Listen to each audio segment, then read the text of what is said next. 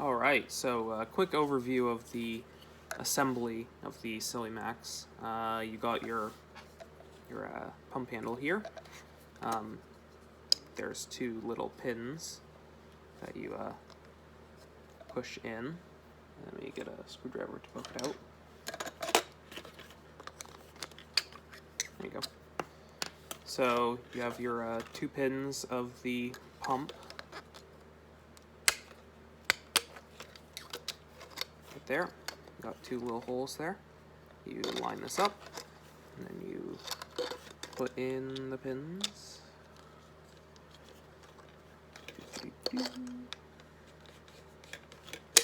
In theory. There we go.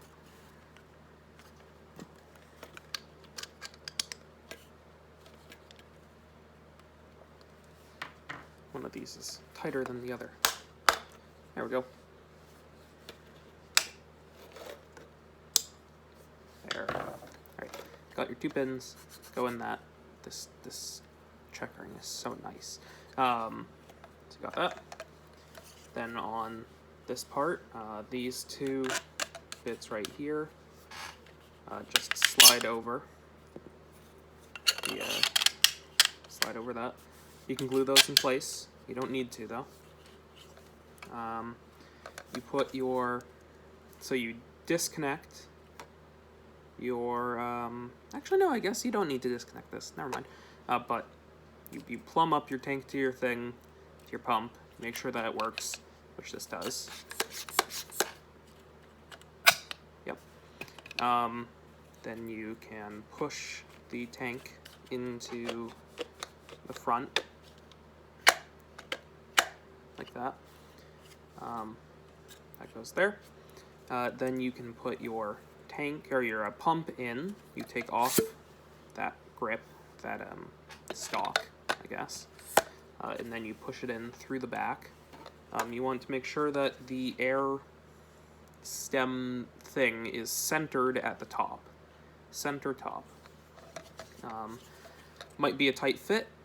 What I did on mine was I took it like this, I held it like this with a piece of CPVC, and I whacked the CPVC with a mallet to knock it down into this. And I was holding the white piece like that, whacking it in until it didn't go in anymore. And then that's all done. You want to make sure that your tank has its air hose coming down the side like that. Then on your body piece, where you have assembled the two white pieces of the grip together. So you have your two body halves here and here. Those each attached to their halves of the grip, which is this half and this half. Then you assemble the two halves with the grip halves together like that. I put glue in between them back here. And then you screw those two halves together like that. Then you can add on your panels. And then you screw in this front piece right here. This trigger guard should just be friction fit. You place it in like that, push it in, and then bend it up and into the little groove right there. Like so. Like that.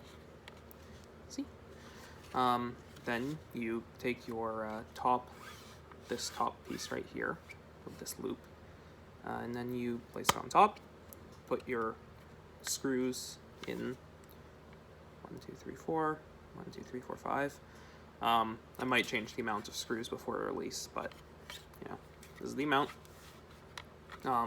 Also, another side note, this area right here will be longer. So this, like, cut a line right along here, and then move this half section like that far.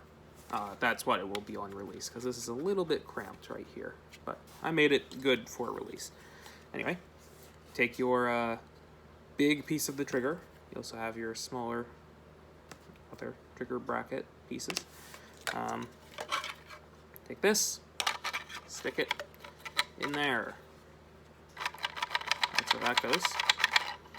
Then you can take your tank and on the entire front end assembly.